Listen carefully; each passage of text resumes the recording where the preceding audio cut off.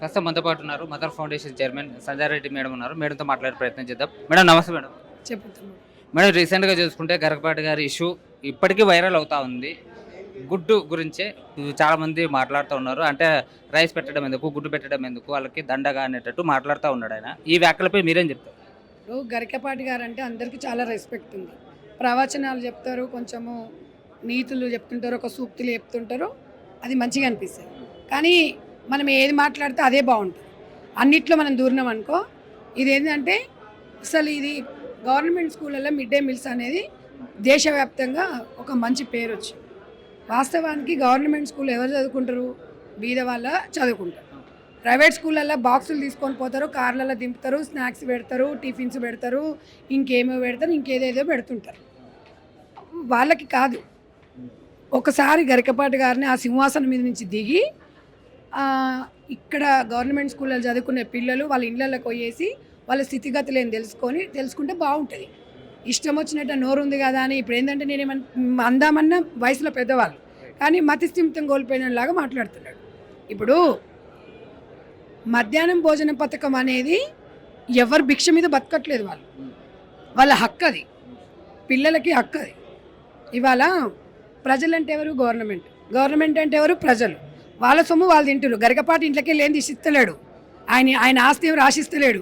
సిగ్గుండాలి కొంచెం మాట్లాడడానికి. కొంచెం అన్నా మాట్లాడేటప్పుడు ఇంకా తిట్టొచ్చు, నేను అనేకంగా తిట్టొచ్చు, కానీ ఇప్పటికైనా తెలుసుకొని ఆ మాటలు ఉపసంహరించుకోవాలని చెప్పేసి నేను విజ్ఞప్తి చేస్తున్నా. కానీ ఇంత నీచంగా మాట్లాడతారని ఎట్లా మాట్లాడతారండి? ఆ పిల్లలను చూడండి ఒక్కసారి. వాళ్ళు నిజంగా కూడా తల్లిదండ్రులు హైదరాబాద్ స్కూళ్ళల్లో కానీ ఊర్లలో కానివ్వండి బాయిల దగ్గరికి వెళ్ళిపోతే వాళ్ళకి చేసుకుంటేనే వెళ్తుంది. పిల్లలు వదిలిపెట్టి వెళ్ళిపోతే స్కూల్లో మధ్యాహ్నం భోజన పథకం ఉంటే స్కూల్కి వెళ్ళేసి తినేసి నిమ్మలంగా ఉంటారు అనేది ఇవాళ ఒకటే కాదు, మన దగ్గరనే కాదు, తమిళనాడులో 50 సంవత్సరాల క్రితమే ఉంది. ఇవాళ తమిళనాడులో ఎడ్యుకేషన్ పరంగా నెంబర్ 1 స్థానంలో ఉంది. ఎందుకు ఉంది? వాళ్ళ ఒక బిజినెస్ గ్రనైట్ కూడా అక్కడ ఒక వ్యాపారవేత్తలు ఎంతోమంది చేసుకుంటూ ఉంటారు. అంటే ఈ మధ్యాహ్నం భోజన పథకం ద్వారా గవర్నమెంట్ స్కూల్కు సంబంధించిన వాళ్ళు పౌష్టికాహారం అంటే చాలామంది రక్తహీనతతో బాధపడే వాళ్ళు, వాళ్ళకి విరోచనాలు అవుతుంటే రక్తహీనతతో పౌష్టికాహారం అందక ఎంతోమంది బలైపోతున్నాయి, ఎంతో జనన మరణాలు అవుతున్నాయి.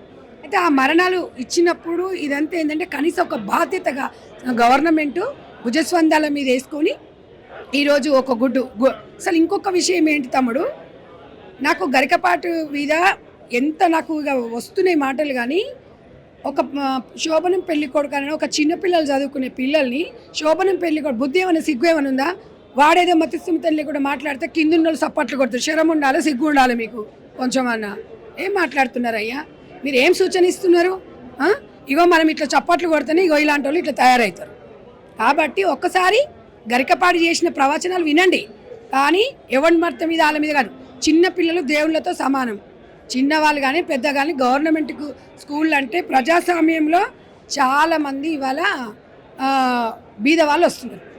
వాళ్ళ ఇళ్ళకి వెళ్ళి చూడండి, తల్లి పొద్దున్నే ఇళ్ళకి పనికి వెళ్ళిపోతుంది, వాళ్ళకి తిండి పెట్టేటోళ్ళు ఉండరు. ఇది కనీస బాధ్యత. ఆ బాధ్యతను మర్చిపోతున్నారు మీరు. మీకు మతిస్థుమితం ఉండాలి. మా గుడ్డ గాడిద గుడ్డ అన్నాడు, నీ ఇంట్లో నుంచి ఇస్తున్నావా? మెంటల్, నీకేమైనా మెంటల్ వేసిందా?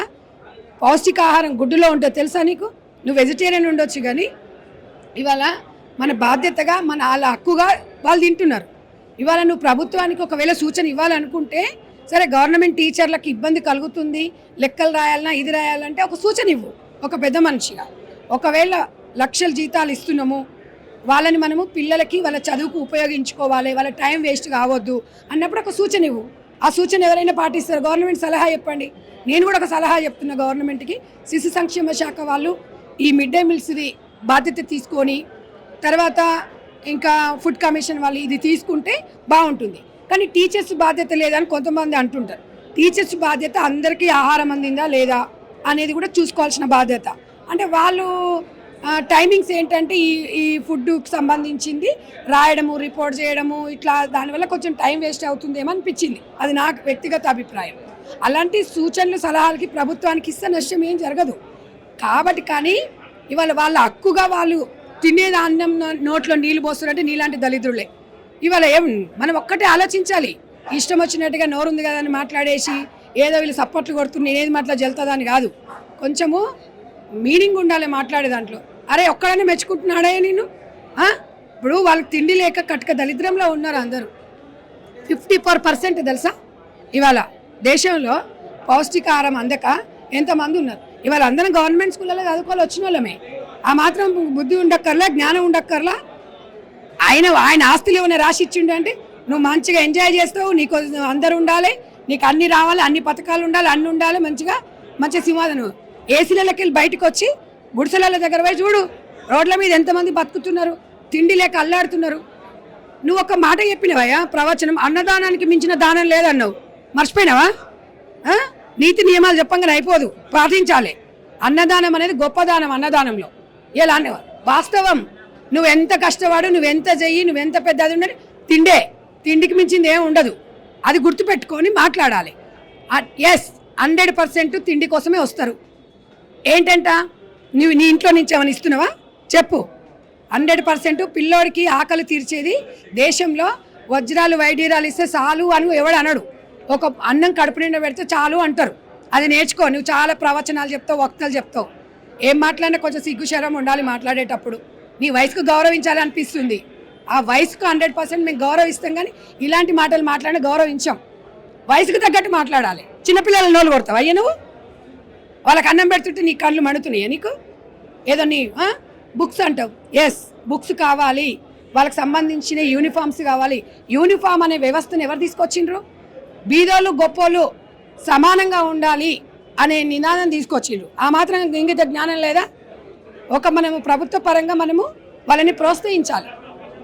మనం ఎడ్యుకేషన్ పరంగా ఎడ్యుకేషన్ పెరగాలి, నిరక్షరాస్యత ఉండొద్దు అని పిల్లలని మనం ప్రోత్సహించే విధంగా మనము పిల్లలు ఏడుస్తున్నప్పుడు ఒక చాక్లెట్ అయితే ఇస్తాం. ఎందుకు ఇస్తామండి? వాడు ఏడుపు మానేయాలి, వాడు మంచిగా ముందుకెళ్ళాలని చెప్పేసి ఏదో ఒకటి. ఇప్పటికి కూడా పిల్లలు బయటికి వెళ్తే 5 రూపాయలు 10 రూపాయలు చాక్లెట్ కొనిస్తాం. ఎందుకు? వాడు బాగుపడాలని. ఇవాళ తిన్న తిండిని కూడా నువ్వు లెక్క కట్టేసి వాడి మీద శోభనం పెళ్లి కొడుకు గాది గుడ్డు ఇవి మాట్లాడుతున్నాయంటే నిన్ను అసలు నేను చూస్తే నాకు సిగ్గు అనిపిస్తుంది. ఎవరైతే ఉన్నారో ఇప్పుడు ప్రజా సంఘాలు కావచ్చు, మహిళా సంఘాలు కావచ్చు, ఎందుకు స్పందించడం లేదు ఈ విషయంలో? ఎందుకు స్పందిస్తలేరయ్యా? చూడరాదు, అందరు స్పందిస్తారు. స్పందించడంటే అందరు మీడియా ముందుకు రారు, మెసేజ్లు పెడతారు. చూడండి, ఆయన మెచ్చుకున్నాడు ఎవడు నువ్వు చెప్పు. ఒకానొక్క విషయంలో మాత్రం గవర్నమెంట్ టీచర్స్ని మనము ఈ మిడ్ డే మీల్స్కు దానికి సంబంధించి మొత్తం ఇన్వాల్వ్మెంట్ చేసేసరికి పిల్లలకి చదువు చెప్పేటప్పుడు కొంచెం అక్కడ ఇబ్బంది అనిపిస్తుంది అనేది చెప్పిండ్రు. అది చాలామంది అప్రిషియేట్ చేసిండ్రు. దాన్ని మనం ప్రభుత్వం దృష్టికి తీసుకొస్తే సరిపోతుంది కదా. ఆల్రెడీ మనము నాంది ఫౌండేషన్ వాళ్ళకో ఈషా ఫౌండేషన్ వాళ్ళకి ఇస్తున్నాం. వాళ్ళకి మనం యంత్రాంగాన్ని పెంచి అని అట్లా సూచనలు ఇస్తే సంతోషపడతాం.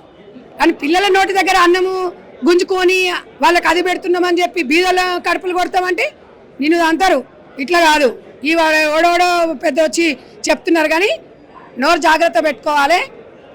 ఇట్లా మాట్లాడితే సంధ్యారెడ్డి పెద్ద వయసు కూడా చూడకుండా అన్నది అంటారు. ఒకవేళ నేను రెస్పెక్ట్ ఇస్తే ఏదో ఛానల్ ఇస్తే వాడికి ఈమె రెస్పెక్ట్ ఇస్తుంది అంటారు. ఇట్లా ఉంటారు జనాలు. ఏదేమున్నా కూడా బీద వాళ్ళ పక్షాన కాంగ్రెస్ పార్టీ ఉంటుంది. ఇప్పుడు రేవంత్ రెడ్డి గారు కూడా మార్నింగ్ పూట కూడా టిఫిన్ పెట్టాలని ఒక ఆలోచనతో ఉన్నారు. ఇంత మంచి కార్యక్రమాన్ని, దేశవ్యాప్తంగా మెచ్చుకుంటున్న కార్యక్రమాన్ని నువ్వు జర మూసుకొని ఉండి నాయనా, నీకంత సినిమా లేదు, నీ ప్రవచనాలు నీతులు చెప్పుకుంటూ ఉండు.